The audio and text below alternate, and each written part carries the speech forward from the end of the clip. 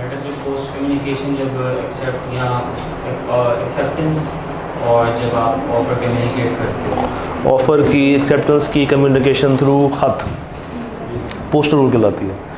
कैमरे वाले बच्चे परेशान हो रहे होंगे, सब ने कहाँ बीला शुरू कर दिया। कुछ याद है इसके बारे में? कभी बचपन में पढ़ा था थोड़ा बहुत, आपके तो खैर रिसेंट बचपन में आपने पढ़ा है ना, आप लोगों ने भी कहीं ना कहीं तो पढ़ा होगा इसको। हर जगह पे बताना ज़रूरी थोड़ी है आपको। ठीक है जी, इसको मिटाते हैं और अपने मेन मुद्दे पे आते हैं। मुझे बताइए टेस्ट किसने नहीं दिया, ताकि वो 100 रुपये वाली रवायत हम आज से स्टार्ट करते हैं। मैंने और नहीं सर, मैंने भी दिया, मज़े की बात है वाकई में दिया। हाँ जी, किसने नहीं दिया? दिया दिया दिया दिया दिया दिया और दिया। शिट, हो जाएंगे क्लास के आखिरी 15 मिनट्स में रिटर्न हो जाएंगे। इसका मतलब ये है कि सबने टेस्ट दे दिया है, पैसे कहाँ से आएंगे? तो फाइन कहाँ से इकट्ठा होगा? ये गलत चीज़ है। फाइन भी तो होना चाहिए ना, मतलब खाली टेस्ट दे देंगे तो फिर इनकम किस तरह आएगी? तो फिर ये क्लास चलेगी कैसे? आवाम गलतियाँ करती है तो गवर्नमेंट को टैक्स मिलता है, पेनल्टी मिलती है, चार्जेस मिलते हैं, तो गवर्नमेंट पाकिस्तान को चला रही होती है। इस क्लास को अगर आप लोगों ने चलाना है तो आपको टेस्ट मिस करने पड़ेंगे, ये एटलीस्ट टेस्ट में फेल होना पड़ेगा। इंशाल्लाह आगे से हम लोग टेस्ट मिस भी करेंगे, टेस्ट में फेल भी होंगे। ये इनकरेजमेंट चाहिए थी मुझे आपसे, ये चीज़। अच्छा जी,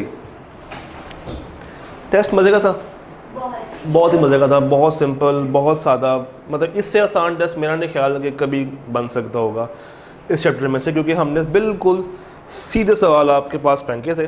और जितना मुझे अभी तक आइडिया है 26 के आसपास बहुत सारे बच्चे हैं जिन्होंने 26 तक स्कोर लेके गए हैं, और शायद एक आधे के 28 भी हैं। ऑनलाइन मोड में एक भाई ने 29 भी टच किया। तो टेस्ट अभी हम उसको रिटर्न कर देंगे और आप लोग उसके बाद उसकी परफॉर्मेंस भी देखिएगा। टेस्ट को डिस्कस भी कर लेते हैं। किसी के पास पेपर है? सामने शो नहीं करते, यहीं पे कर लेते हैं। पहला सवाल था list the components of financial statements. 3 नंबर के लिए आपने 6 बातें लिखनी थी। फाइनेंशियल पोजीशन की स्टेटमेंट, कॉम्प्रिहेंसिव इनकम की statement, cash flow, changes in equity और नोट्स, डिस्क्लोजर्स और comparatives. Briefly describe the concept of stewardship and agency. इसमें क्या लिखा है? जो पहले पेज पे लास्ट पे पॉइंट्स थे वो लिख दिए हैं। माशाल्लाह। लिखा क्या ये बताएं, मेमोरी टेस्ट नहीं मुझे आपने बतानी। लिखा क्या? डायरेक्टर्स वाली बात लिखी होगी आपने स्टूवर्डशिप के अंदर, एजेंसी में आपने, ठीक है। डिफाइन एश्योरेंस डिफाइन कर दिया। उन 500 एलिमेंट्स को उठा के जो हमने डेफिनेशन में क्लासीफाई किया था वो लिख दी। हाँ जी, वो बेसिकली यहाँ पे मेंशन नहीं था कि आपने टाइप्स उसके एलिमेंट्स लिखने हैं या नहीं लिखने हैं। तो अगर आपने एलिमेंट्स लिखे हैं 5 तब भी ओके है, नहीं लिखे हैं तब भी ओके है, नहीं लिखे तब भी ओके है। Briefly describe the difference between reasonable और मॉडरेट एश्योरेंस। तो 5 नंबर में कितनी आपने बातें लिखी हैं?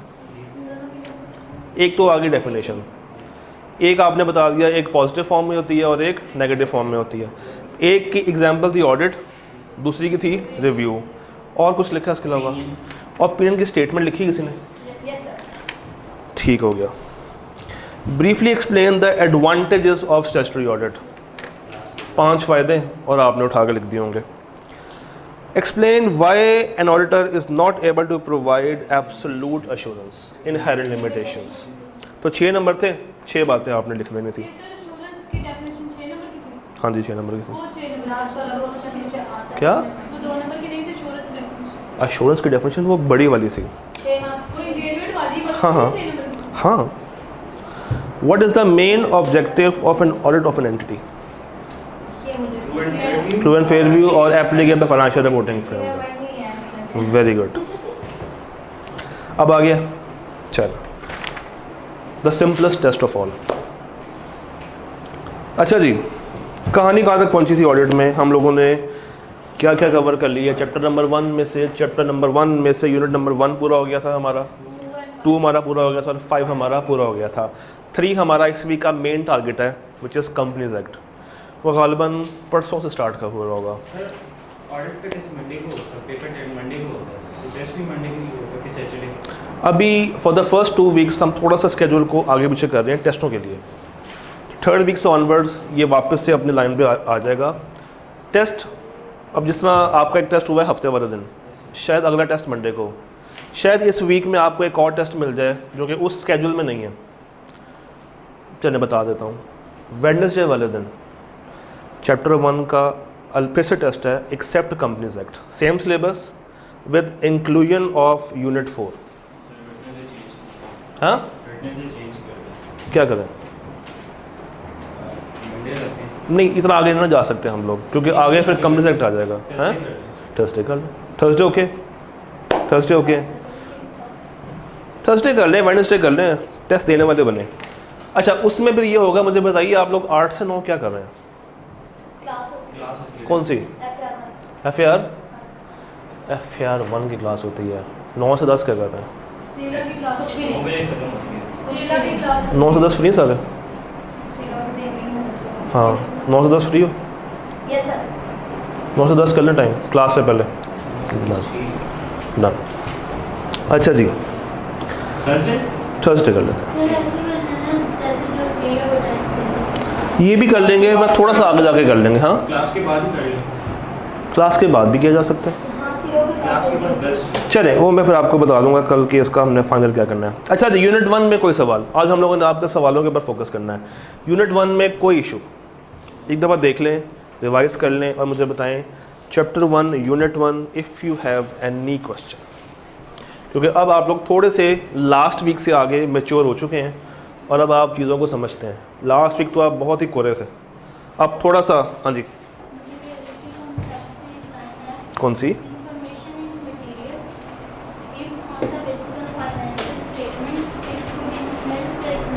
डिसीजन, हाँ जी ठीक हो गया जी। हम यहाँ पे वो लाइन खोल लेते हैं। आपने कहा information is material if on the basis of the financial statement it could influence the economic decisions of users, should it be omitted और मिसस्टेटेड। इस लाइन में मुझे बताइए यूज़र्स हम किसको कह रहे हैं? Who are users? Share holders या हमारे स्टेक होल्डर्स? उन तक इन्फॉर्मेशन आती कैसे है? वाया फाइनेंशियल स्टेटमेंट्स, कि कंपनी की जो परफॉर्मेंस है वो उन तक कैसे पहुंचती है? फाइनेंशियल्स के थ्रू। लेट्स से अभी मैं करंटली एक कंपनी का शेयर होल्डर नहीं हूँ, बट मैं चाहता हूँ कि मैं उस कंपनी में इन्वेस्टमेंट करूँ और मेरा मेन KPI है, मतलब मैं एक कंपनी में क्या ढूंढूंगा जिसके बाद मैं उसमें इन्वेस्टमेंट करूँगा, वो ये है कि कंपनी के एसेट्स जो हैं वो 200 मिलियन के अगर होंगे तो मैं अपनी इन्वेस्टमेंट कंपनी को दूंगा, अदरवाइज़ नहीं दूंगा। तो अब अगर शेयर होल्डर्स ने जान के अपनी परफॉर्मेंस को एक्स्ट्रा दिखाने के लिए एसेट्स लिख दिए हैं 260 मिलियन के, क्रॉस कर गए, तो अब मैं लालच में आ जाऊंगा और मैं उसमें इन्वेस्टमेंट कर दूंगा। और अगर वो 200 से कम होते फिर मेरी इन्वेस्टमेंट उसमें ना होती। क्या वो 200 एक ऐसी इन्फॉर्मेशन है जो कि मेरे लिए मटेरियल है, जिसको देखते हुए मैंने इन्वेस्टमेंट करनी है? Information is material for me on the basis of the financials. उसने मेरी इकोनॉमिक डिसीजंस को इन्फ्लुएंस कर दिया, और अगर वो वहाँ से ओमिट हुई होती, खारिज हुई होती या मिसस्टेटेड होती तो फिर मैं वहाँ पे अपनी इन्वेस्टमेंट प्लेस ना करता। बात समझ आ रही है? हाँ जी कोई और सवाल? Very good. आप कभी बाज़ार गए हैं? आपने कभी शॉपिंग की होगी? शॉपिंग करते हुए आप लोगों की माइंड में क्या होता है? चीज़ अच्छी मिले और सस्ती मिले। तो बेसिकली अच्छा और सस्ता आपके माइंड में ये 2 फैक्टर्स होते हैं जिसकी बेस पे आप डिसीजन लेते हैं कि हमें चीज़ बाय करनी चाहिए या नहीं करनी चाहिए। और अगर एक दुकान पे आपको चीज़ अच्छी मिलती है मगर सस्ती नहीं है तो क्या आप वो चीज़ लेंगे? Mostly no. और अगर सस्ती मिले और अच्छी ना हो फिर भी नहीं लेंगे।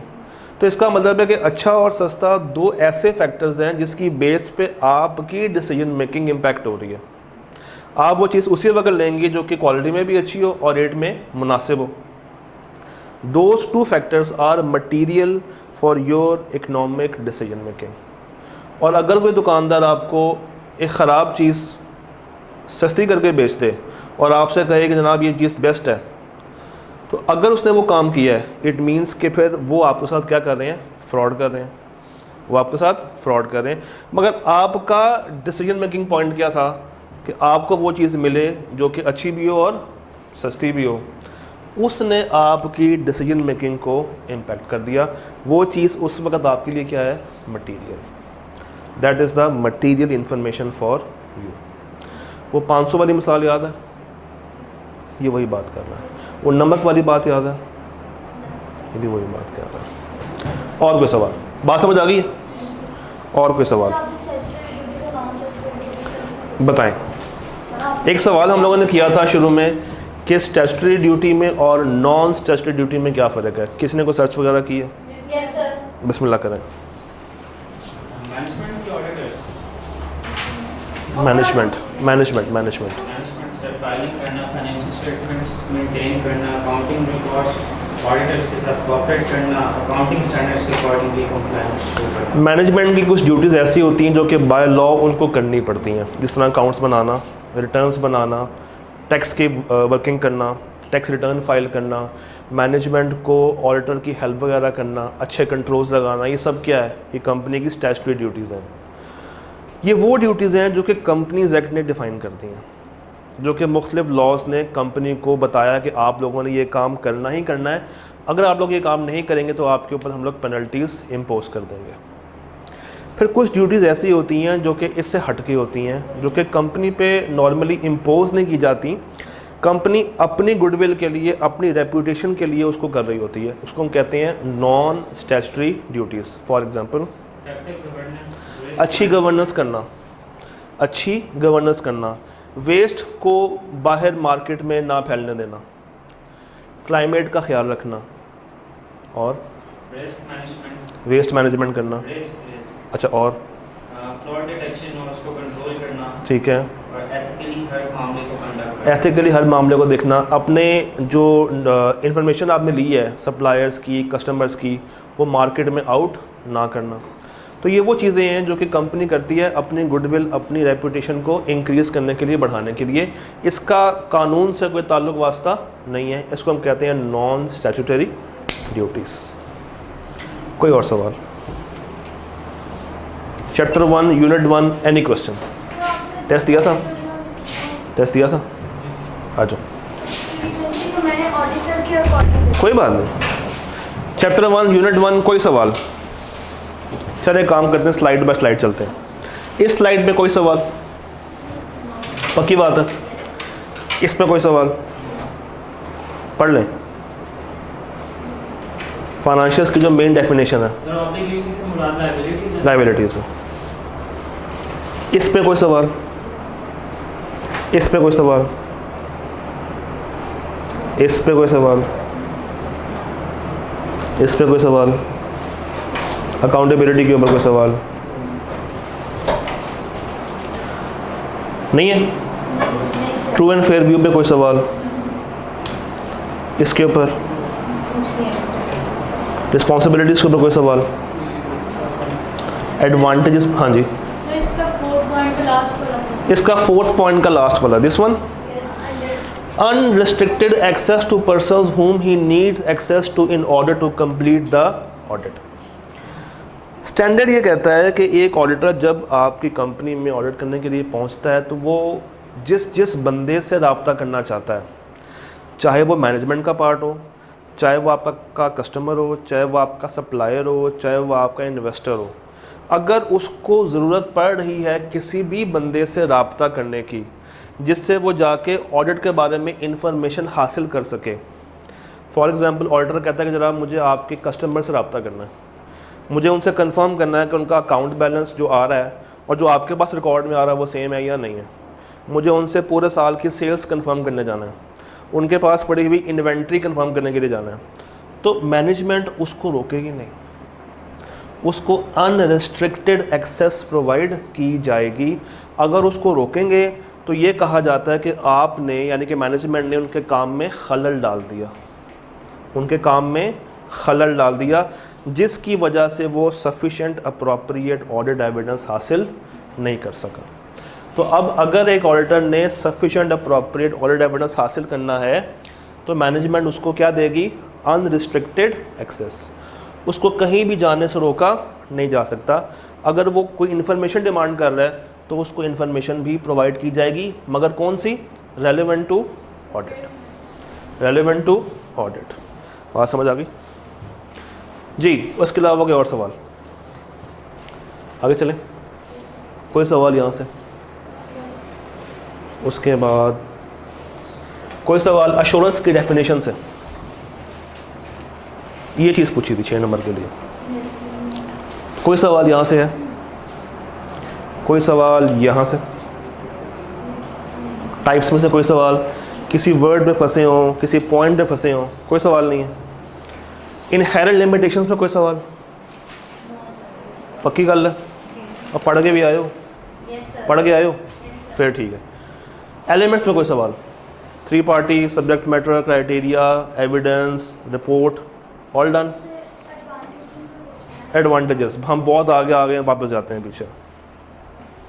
तुसी ना अगे जाके ब्रेक लाइए। हाँ जी, पॉइंट 3 कौन सा?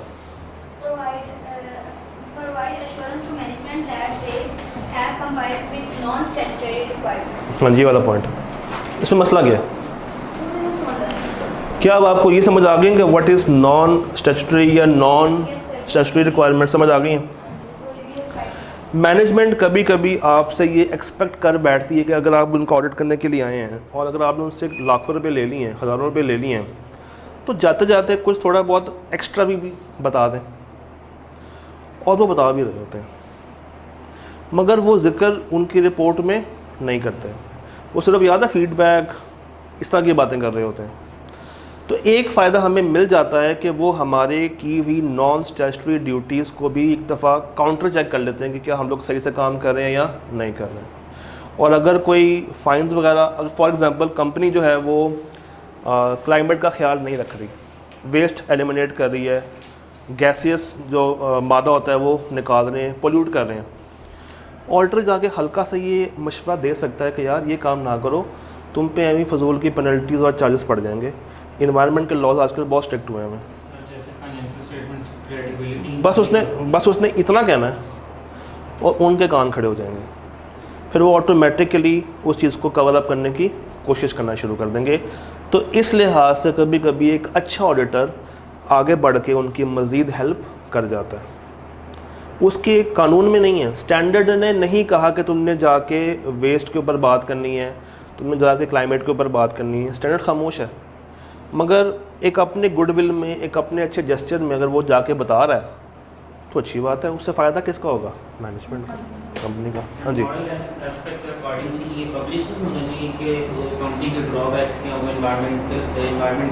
वो अलग अथॉरिटीज़ आके चेक एंड बैलेंस रखते हैं, वो काम हमारा नहीं है। हमारा मेन काम क्या है? इंटरनल कंट्रोल्स मैंने आपसे कहा था कि फ़िलहाल उसको यूँ समझ लें कि ये कंपनी के SOPs हैं, कंपनी के प्रोसीजर्स हैं, कंपनी की मेथडोलॉजी है। वो असल में क्या होते हैं, उसमें चलता क्या क्या, ये बहुत लंबी बहस है। चैप्टर 5 और 6 तसल्ली के साथ बात करेंगे।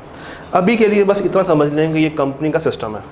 सेल्स का अलग होगा, परचेज़ का अलग होगा। जिस तरह ये क्लास है, अब इस क्लास में कंडक्शन किस तरह होती है, कैमरा मैन के भाई किस तरह आते हैं, सिस्टम चलता कैसे है, दीज आर ऑल कंट्रोल्स। अगर ये चीज़ें ना हो तो ये क्लास कभी भी टाइम से ना तो स्टार्ट हो पाए ना एंड हो पाए। तो दिस इज़ द कंट्रोल जिसके चलते हम इस क्लास को टाइमली 1 आवर में पूरा भी कर देते हैं। This whole set of SOPs is called control. और चूँकि ये कैंपस के अंदर हो रहा है, ये मैनेजमेंट के साथ मिला के हो रहा है, तो दिस इज़ इंटरनल कंट्रोल। जी आगे चलते हैं। हम लोग यहाँ पे थे, यहाँ पे थे और यहाँ पे थे और यहाँ पे थे। ये हम लोगों ने आज से भी करना है, ये हमारा आज का टारगेट है, सारा नहीं। जी मज़ीद आगे आते हैं। फ़ायदे और नुकसान सबको क्लियर है? ठीक है, 1, 2 और 5 में समझ आ गया। आज की बातें मोर और लेस आई कैप के पेपर से बहुत ही कम ताल्लुक़ रखती हैं, क्योंकि आई कैप इनको नॉर्मली टेस्ट नहीं कर रहा होता। Just for basic purpose, for basic understanding है, समझ आ जाए तो बहुत अच्छी बात है, क्रैम करने नहीं बैठना। ठीक है, हम बात करने लगे हैं ये आइज़ाज किसे कहते हैं। क्या होते हैं आइज़ाज? ISS, international standards on auditing. बचपन में आप लोगों ने FR 1 में कुछ पढ़ा था, उसको हमने कहा था IAS। ये क्या है? IS, ये फ़र्क है। वो था इंटरनेशनल अकाउंटिंग स्टैंडर्ड्स, ये क्या कहलाते हैं? International standards on auditing. ये कौन बनाता है? ये बनाते हैं सबसे जो मेन बॉडी है ना, that is called IFAC, IFAC या IFAC। अब IFAC क्या है? IFAC मेंबर है, sorry ICAP is a member of IFAC। IFAC एक ग्लोबल ऑर्गेनाइजेशन है जो कि अकाउंटेंट्स की भलाई के लिए काम करती है। अकाउंटेंट्स को एक झंडे तले इकट्ठा करती है, उनको सपोर्ट प्रोवाइड करती है, उनको गाइड करती है, उनको हेल्प करती है। जितनी बड़ी से बड़ी गप मार सकते हैं ना मार दें, कोई आपको रोकेगा नहीं। अकाउंटेंट्स के लिए हेल्प, अकाउंटेंट्स को सपोर्ट, इकनॉमिक जो फैक्टर्स होते हैं उनको अच्छा करने में काफ़ी एक अहम रोल प्ले करती है। फिर डेडिकेटेड है to serve the interest by strengthening the profession, contribute करती है डेवलपमेंट ऑफ स्ट्रॉन्ग स्टैंडर्ड्स। इसके 175 मेंबर्स हैं जो कि 130 कंट्रीज़ के अंदर पाए जाते हैं। IFAC सपोर्ट करती है डेवलपमेंट ऑफ अकाउंटिंग प्रोफेशन और प्रमोट करती है इंटेग्रिटी, ट्रांसपेरेंसी, इस तरह की बातें। याद नहीं करना, समझ आ जाए तो बेहतरीन है, नहीं तो कोई मसला नहीं। पेपर पॉइंट ऑफ व्यू से लीस्ट इम्पॉर्टेंट है। IFAC क्या है? IFAC एक अथॉरिटी है जो कि अकाउंटिंग और ऑडिटिंग स्टैंडर्ड्स को साथ लेके चलती है। इसके मेंबर्स पाए जाते हैं, 175 मेंबर्स हैं जो कि 130 कंट्रीज़ के अंदर पाए जाते हैं। ICAP खुद इसका एक मेंबर है। इसका मेन काम क्या है? To strongly develop control the standards. इसके अंदर 4 तरह के बोर्ड्स काम करते हैं। वो कौन से हैं? IAASB, IAESB, IESBA और IPSASB। लिखवाएं ज़रा मुझे। IAASB, IAESB, IEASB, IEASB और IP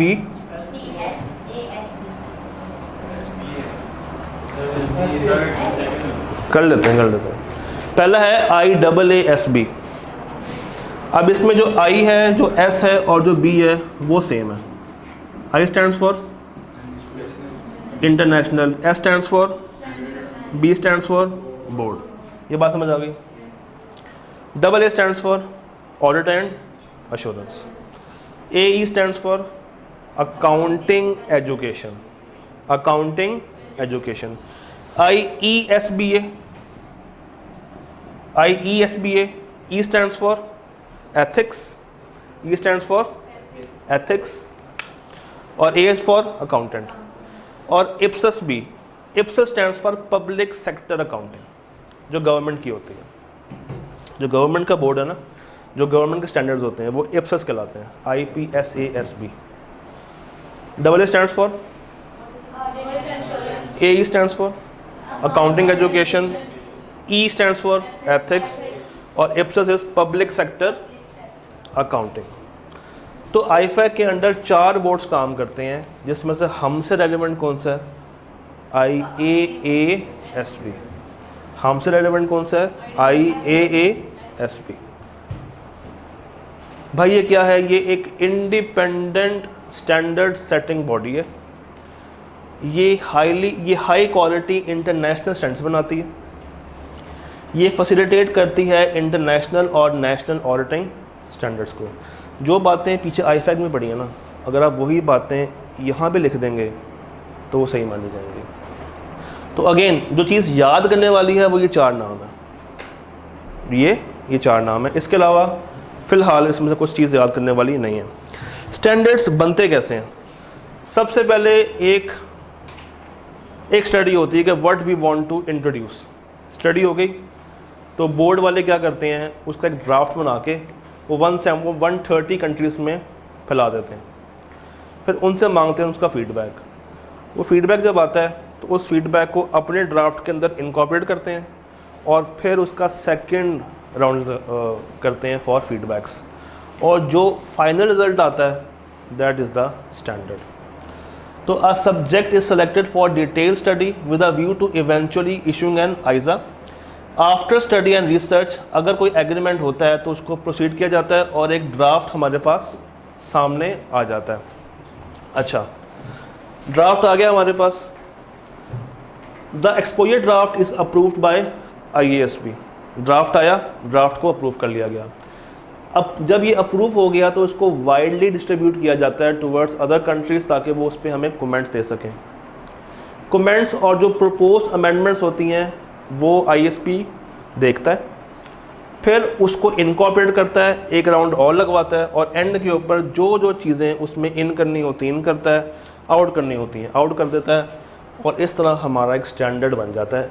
अगेन इसको भी याद आपने नहीं करना। ICAP इसको भी टेस्ट नहीं करता क्योंकि उसके पास और बहुत सारी बातें टेस्ट करने के लिए। तो ये चीज़ भी आपने एक दफ़ा पढ़ लेनी है, याद करने इसको नहीं बैठना। IASB के अंदर हमारे पास 5 तरह के स्टैंडर्ड्स आते हैं। IASB के अंदर हमारे पास 5 तरह के स्टैंडर्ड्स आते हैं। Number 1 ISS। ISS stands for international standards on auditing. फिर एक आता है ISRE। RE stands for review engagement. याद है रिव्यू? तो ISAS इज फॉर ऑडिट और ISRE, RE stands for review engagement. फिर एक है हमारे पास ISAE। AE is assurance engagement. ये क्या बात हुई? ऑडिट भी कर लिया, रिव्यू भी हो गया, फिर अश्योरेंस कौन सी बचती है? हमने ये कहा था ना कि अश्योरेंस के अंदर ऑडिट भी आता है और रिव्यू भी आता है। तो जब ऑडिट के अलग हो गए, रिव्यू के अलग हो गए, तो फिर अश्योरेंस के अलग क्यों किए उन्होंने? क्या चीज़ ध्यान में आती है?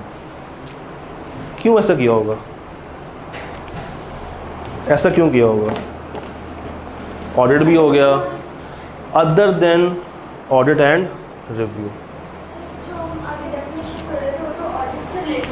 वो ऑडिट की थी। मैं ये बात कर रहा हूँ कि अश्योरेंस ये है एक ब्रॉडर टर्म, उसी में ही है। मैं ये कह रहा हूँ कि ISAS ऑडिट के अलग बना दिए, रिव्यू के अलग बना दिए, फिर क्या ज़रूरत आई कि अश्योरेंस के भी अलग कर दिए? हालांकि अश्योरेंस में तो ऑडिट भी आता है और रिव्यू भी आता है, तो फिर इसको अलग क्यों किया होगा? क्यों किया होगा? क्या चीज़ ध्यान में आ रही है? सोचें ज़रा, गौर करें।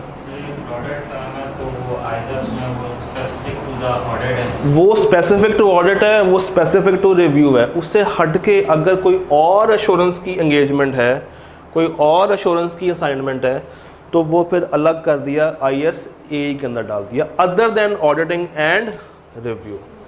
Other than auditing and review. फिर एक हमारे पास आता है ISRS। ISRS international standards on related services. ये बड़ी एक मज़े की असाइनमेंट होती है। इसके अंदर ऑडिटर जाता है मगर जाके अश्योरेंस प्रोवाइड नहीं करता, उनके कहे हुए काम को करता है। वो कहेंगे अकाउंट्स बना दो, ये बैठ के अकाउंट्स बना दो। वो कहेंगे हमारी इन्वेंट्री काउंट कर दो, ये बैठ के इन्वेंट्री काउंट कर रहा होगा। वो कहेंगे हमारे कस्टमर्स से रब्ता कर लो, ये बैठ के उनसे रब्ता कर रहा होगा। तो ISRS related services stands for के हम उनके मुलाजिम बन के उनके बताए हुए फ्रेमवर्क के मुताबिक उनका काम कर रहे हैं। It is ISRS। It is ISRS। ISA क्या है? ऑडिटिंग। ISRE क्या है? Standards on review engagement. ISAE क्या है? Other than audit and review, जो भी अश्योरेंस है वो इसमें आ गई। ISRS is related services. और नीचे लिखा हुआ है ISQC। नोट्स में चेंज कर लें, ये ISQC नहीं है, अब ये ISQM है, ये ISQM है, quality management.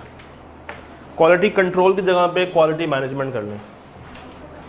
Unit 4 page number क्या है मुझे नहीं पता। यूनिट 4 में जाएं।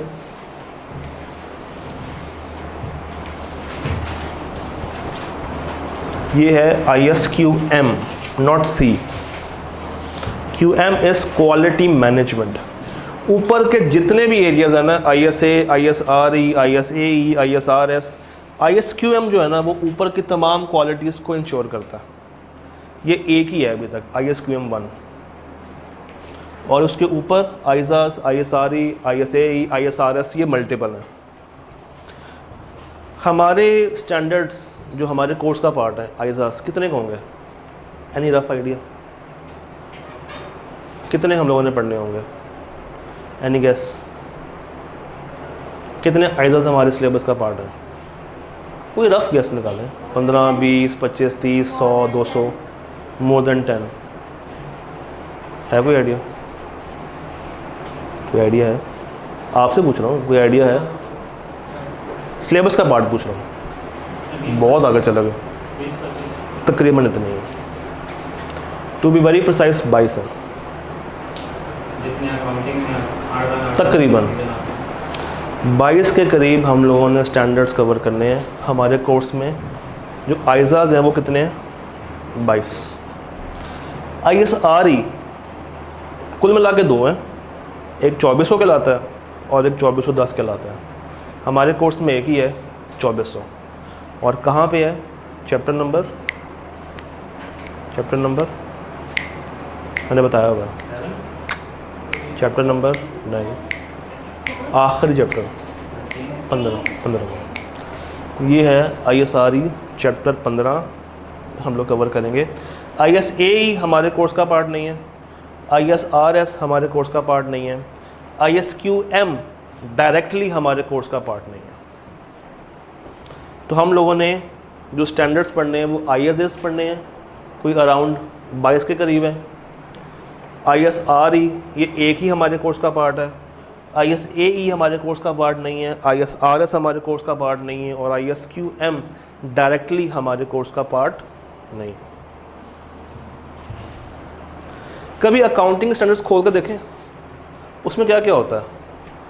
सबसे पहले वो आपको बताता है कि ये क्यों बना, इसका ऑब्जेक्टिव क्या है, इसका स्कोप क्या है। वो बताता है इंट्रोडक्शन, फिर ऑब्जेक्टिव, फिर उसका स्कोप, फिर आती हैं उसकी डेफिनेशंस, और उसके बाद शुरू होते हैं पैराग्राफ्स। ऐसा ही होता है।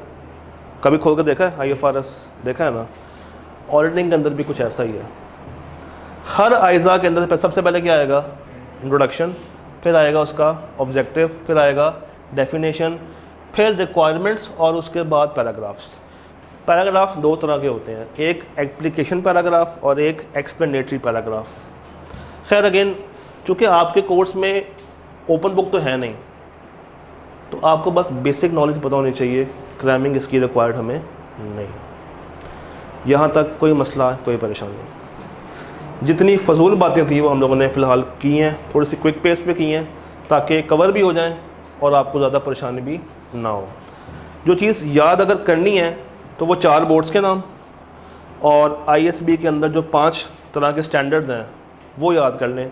इसके अलावा कुछ और याद करने की ज़रूरत नहीं है। यहाँ तक पढ़ लें, कोई सवाल है तो पूछ लें। याद करने वाली चीज़ क्या है? 4 बोर्ड्स के नाम और 5 तरह के स्टैंडर्ड्स के नाम अगर याद करनी है तो। इसके अलावा कुछ और याद करने की ज़रूरत नहीं है।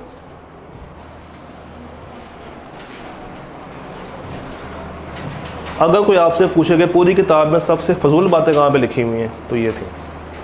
इसके अलावा कोई इतनी फजूल बात नहीं मिलेगी आपको, जिसका पेपर से कोई ताल्लुक़ नहीं है दूर दूर तक। जी, एक दफ़ा पढ़ लें, टेक योर टाइम, 5 मिनट ले लें तसल्ली के साथ, और मुझे बताएं कोई सवाल अगर है तो पूछ लें। हमने पेपर फोकस्ड रह के चलना है, बस ये बात याद रखिएगा।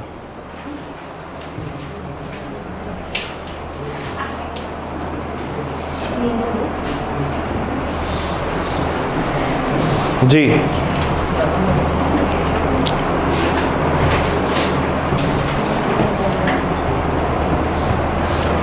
सुकून से पढ़ना है। नोट्स नहीं है, मैं दे दूँ अगर मेरे पास हो तो एक्स्ट्रा।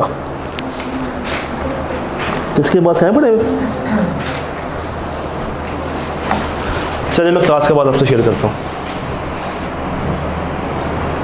5 मिनट लें, पढ़ लें, ताकि यहीं का यहीं आपको कवर भी हो जाए और घर जाकर आपको परेशानी का सामना ना करना पड़े। फिर हम स्टार्ट करते हैं आज की ज़रूरी बातें।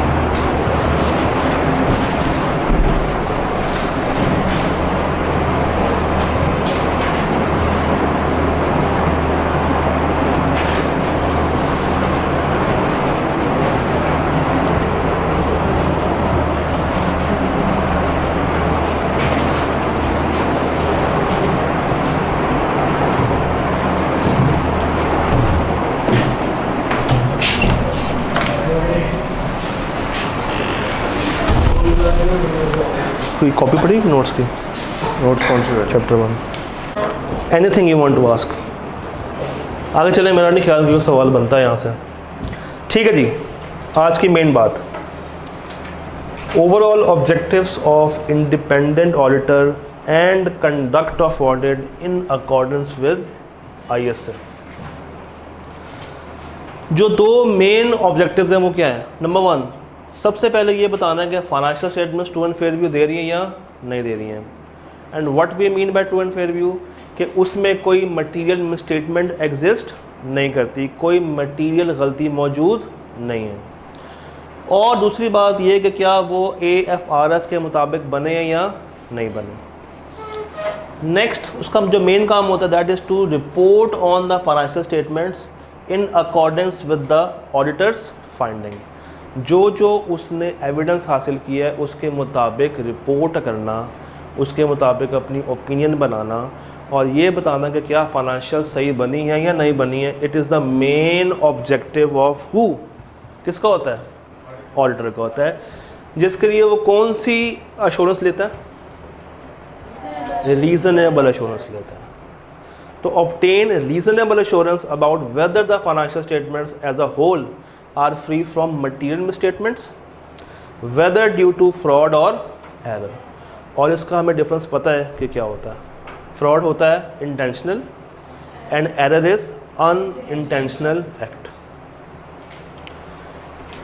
पहला स्टैंडर्ड आपकी स्टडी का ISA 200 छोटा सा है आपके कोर्स तक। चैप्टर 1 ने इसको शुरू किया और शुरू करते साथ ही ख़त्म कर दिया। ISA 200 ने आपको ये 5 बातें बताई हैं।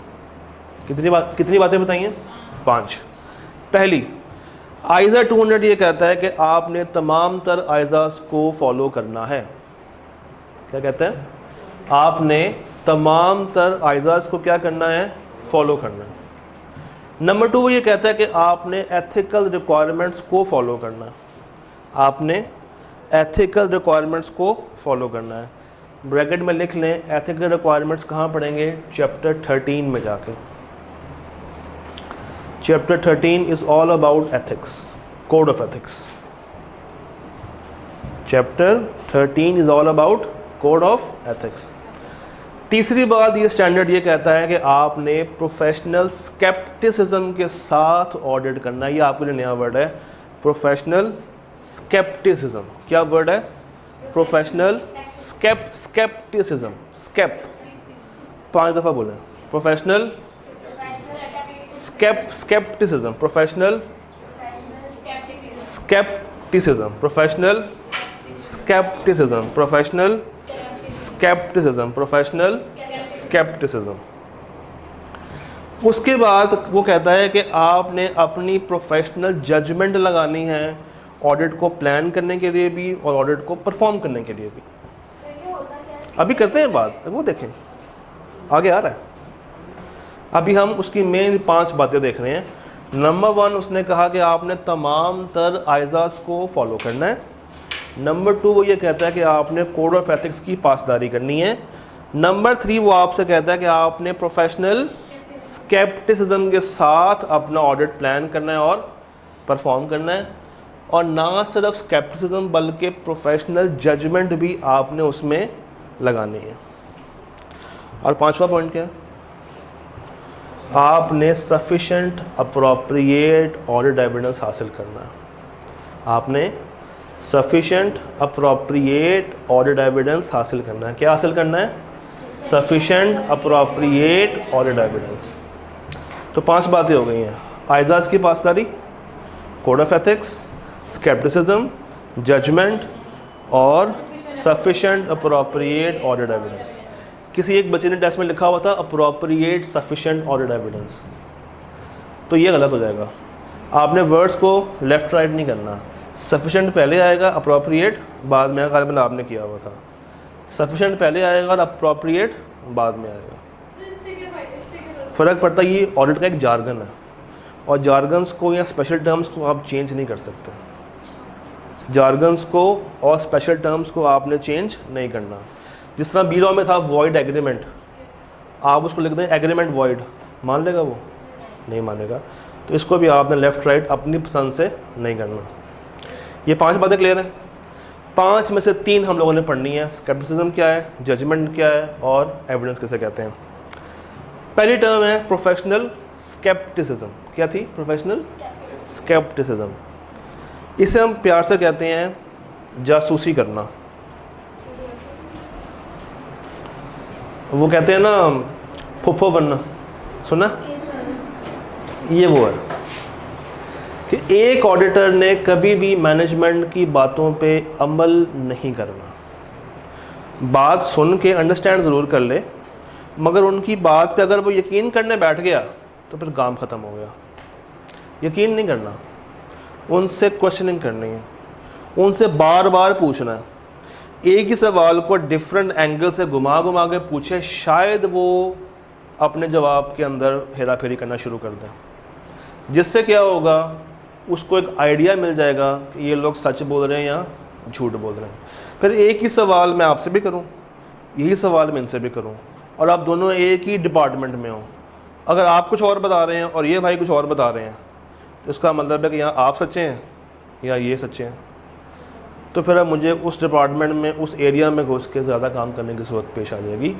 This is scepticism. आपने सिर्फ सर नहीं हिलाना, आपने उनकी नसों में बैठ जाना और उनसे बार बार पूछना है कि भाई ये चीज़ कैसे हो रही है, कैसे नहीं हो रही है। अगर वो कुछ बता भी रहे हैं ना, एक्टिवली सुने और अपने माइंड में उसके अगेंस्ट क्वेश्चंस बनाते रहें। एक्टिव हियरिंग, एक्टिव स्पीकिंग और रिलैक्स मोड में ना रहने का नाम क्या है? Professional scepticism. ये एक टूल है बेसिकली, एक उसका एटीट्यूड है कि उसने हमेशा क्वेश्चनिंग माइंड के साथ रहना है, सवाल करते रहना है, अलर्ट रहना है। उसका फ़ायदा क्या होगा कि वो उस मिस स्टेटमेंट तक भी पहुंच जाएगा जो शायद उसको नज़र ना आती। मगर बार बार सवाल करने से मैनेजमेंट तंग आएगी, और तंग आ गएगी कि यार ये पकड़ो डाटा, जो करना करते रहो, जो तुम कह रहे हो ना वही सही है। वो अप्रोच लेकर आनी है ताकि मैनेजमेंट को हम इतना तंग कर दें कि वो हमें सारी बातें सच बताना शुरू कर दें। ये टैलेंट मोस्टली लड़कियों में बहुत ज़्यादा पाया जाता है। तो एक attitude that includes a questioning mind. तुम कहाँ थे, तुम घर क्यों नहीं आए, तुम्हारे साथ कौन था, ये कौन था, फलां कौन था, छुट्टी 6 बजे हुई थी, वापस आते हुए 7 क्यों बजे, आधा घंटा तुम कहाँ थे, ट्रैफिक का सिग्नल तो 5 मिनट के लिए रुकता है, कॉल पे कौन था, इरफान प्लम्बर का जो तुम्हें कॉल आई है वो 2 घंटे की कॉल क्यों थी। This is professional scepticism. हाँ जी, हो गया ना? हाँ, ये जान के किए हुए हैं। अगेन अंग्रेज़ी 2 तरह की है, एक अमेरिकन है, दोनों चलते हैं। शुक्र है आपने काउंट वो गौर कर लिया, ये पर्पसफुली किया हुआ। An attitude that includes a questioning mind, being alert to conditions which may indicate possible misstatements due to error और fraud, and a critical assessment of audit evidence. तो इसमें दो बातें हैं, एविडेंस के ऊपर क्रिटिकली असेसमेंट रखना और पॉसिबल मिसस्टेटमेंट्स तक पहुंचना, ये क्या है? Professional scepticism. इसका फ़ायदा क्या होगा? क्या फ़ायदा होगा इसका? फ़ायदा बताएं, आपसे पूछ रहा हूँ मैं, इसका क्या फ़ायदा होगा? आपसे पूछ रहा हूँ, स्केप्टिसिज्म का क्या फ़ायदा होगा? ऑडिट हमारा अच्छा हो जाएगा, इसकी जो इफ़ेक्टिवनेस है वो बढ़ जाएगी। ठीक है, आप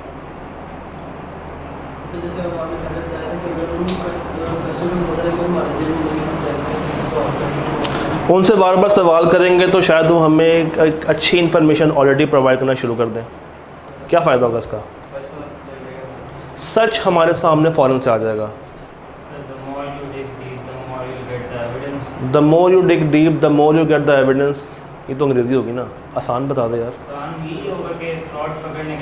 फ्रॉड पकड़ने के चांसेस स्ट्रांगली हमारे सामने आ जाएंगे। एरर्स ऑफ फ्रॉड में हम डिफ्रेंशिएट कर सकते हैं कि कौन सी गलती है और कौन सा जान के किया है। क्या फ़ायदा होगा इसका?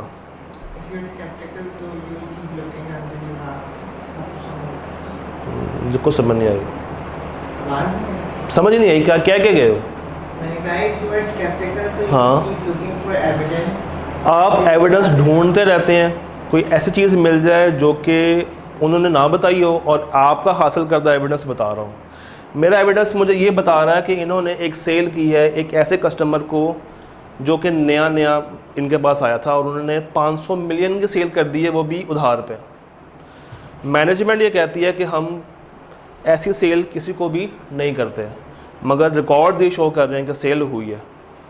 तो अब मुझे दोनों चीज़ों में क्रिटिकली इवैल्यूएट करना पड़ेगा, और चूँकि सेल हो गई है तो ये चीज़ मैनेजमेंट से मुझे पूछनी पड़ेगी। वो आप वाली बात डिग डीप वाली। कोई नया पॉइंट? कोई नया पॉइंट? क्या फ़ायदा होगा हमें ज़्यादा स्केप्टिक हो गए? कोई आइडिया नहीं। हाँ, एरर के चांसेस कम हो सकते हैं, मज़ीद क्लैरिटी आ सकती है, देख लेते हैं, एक्यूरेसी बढ़ सकती है। नंबर 1, नॉर्मली क्या होता है कि हम जनरल ट्रांजैक्शंस को ओवरलुक कर देते हैं। जो नॉर्मल रूटीन की होती हैं हम उनको ज़्यादा गौर से नहीं देखते हैं, मगर इसके साथ हमें उन ट्रांजैक्शंस में से भी एटलीस्ट सैम्पल बेस के ऊपर चीज़ों को एवेल्युएट करना पड़ेगा। फिर ओवर जनरलाइजेशन से बाज रहना है। कुछ चीज़ें ऑर्डर कहता है कि यार ठीक है ये चीज़ ऐसे ही हुई होगी, तो जब आप स्केप्टिक होंगे तो आप जनरलाइज बहुत ही कम लेवल पे कर रहे होंगे। इन अप्रोप्रिएट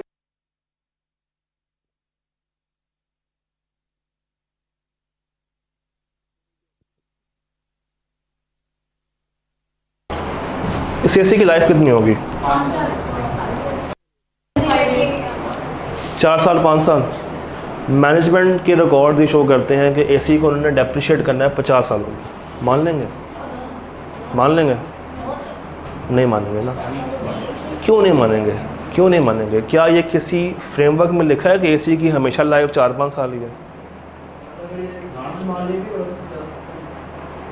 किसी फ्रेमवर्क ने तो नहीं बताया, या बताया?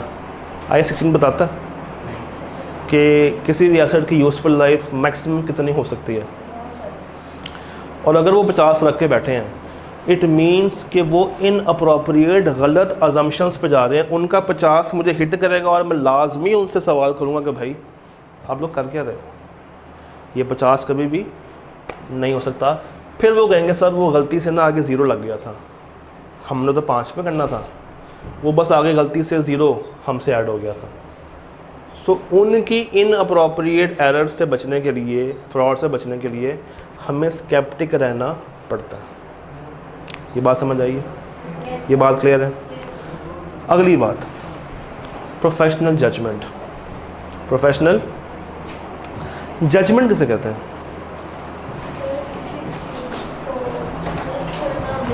किसी चीज़ को देखना, इन्वेस्टिगेशन करना और यहाँ से जांच पड़ताल करना से जजमेंट किसे कहते हैं?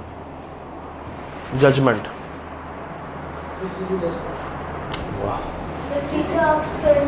नतीजा निकालना, फैसला करना, दिस इज कॉल्ड जजमेंट।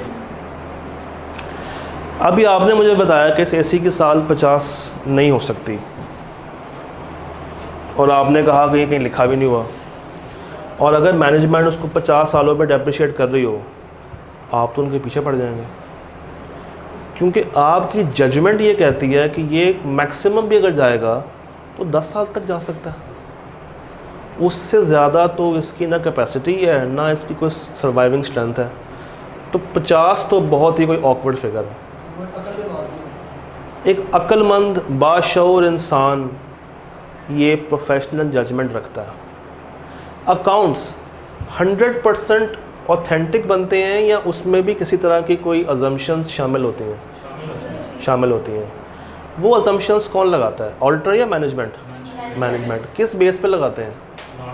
अपने एक्सपीरियंस की बेस पे, नॉर्मल प्रैक्टिस की बेस पे, नॉलेज की बेस पे, और जो उनके साथ पास्ट में गुजरी होती है उस बेस पे। डाउटफुल डेट की एक परसेंटेज होती है, कितनी होती है? नॉर्मल 5%, 3%, 2% भी होती है, 10% तक भी होती है, वेरी करता है company to company, industry to industry. तो बेसिकली ये क्या है? दिस इज़ प्रोफेशनल जजमेंट कि आपके मुताबिक ये चीज़ कैसी होनी चाहिए, व्हाट यू थिंक कि ये एरिया किस तरीके से क्लासीफाई होना चाहिए। ये डिपेंड करता है 3 बातों पे, आपके ट्रेनिंग के ऊपर, आपके नॉलेज के ऊपर और आपके एक्सपीरियंस के ऊपर।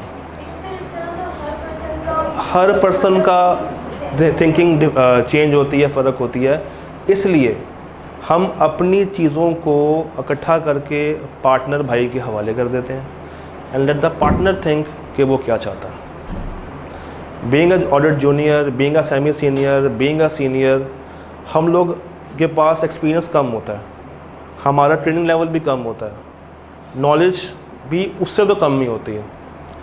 तो हम करते ये हैं कि हम अपनी बातें उन तक पहुंचाते हैं एंड लेट ही डिसाइड कि what's then accurate judgement level should be. तो application of relevant training, knowledge and experience within the context provided by auditing, accounting and ethical standards. Accounting में, ऑडिटिंग में और ethics में training, experience और knowledge का इस्तेमाल करना और उसके मुताबिक फ़ैसले लेना, this is called professional judgement. ये कहाँ कहाँ पे लगा सकते हैं? मटीरियलिटी की अमाउंट डिसाइड करने में, ऑडिट रिस्क कहाँ पे ज़्यादा है, कहाँ पे कम है, ये फ़ैसला किया जा सकता है अपने एक्सपीरियंस की बेस के ऊपर। फिर कितने बंदे मुझे काम पे चाहिए होंगे, कितने रिसोर्सेज मुझे उस ऑडिट पे चाहिए, मुझे सेल्स के एरिया को कितना टाइम देना चाहिए, कितना टाइम नहीं देना चाहिए, अकाउंट्स किस हद तक मुझे चेक करने हैं, किस हद तक चेक नहीं करने हैं, सैंपल मुझे कितना ड्रॉ करना है, कितना ड्रॉ नहीं करना, ये क्या है? This is your judgement, your फैसला। ये सब कुछ ऑडिट के दौरान हो रहा है, ऑडिट के दौरान हो रहा है। कुछ बातें ऑडिट से पहले भी होती हैं, कुछ बातें ऑडिटिंग के दौरान भी हो रही होती हैं। दोनों केसेस के अंदर what you are using is professional judgement. आप अपने फ़ैसले को लोगों पे लगाते हैं और उनसे एविडेंस हासिल कर रहे होते हैं। This is professional judgement. बात समझ आ रही है? कोई सवाल? सर प्रोफेशनल प्रैक्टिस में हम शो कर रहे होते हैं, सर मैनेजमेंट में भी तो उनका भी तो एक्सपीरियंस होता है। बिल्कुल होता है, काउंटर अटैक कर सकते हैं। इसी का नाम तो ऑडिट है। तो हम बस इसी जंग में लगे रहेंगे। जंग ही होती है, एंड के ऊपर तो बात हाथापाई तक पहुंच जाती है कभी कभी। हाँ, इतना सिवियर भी होता काम।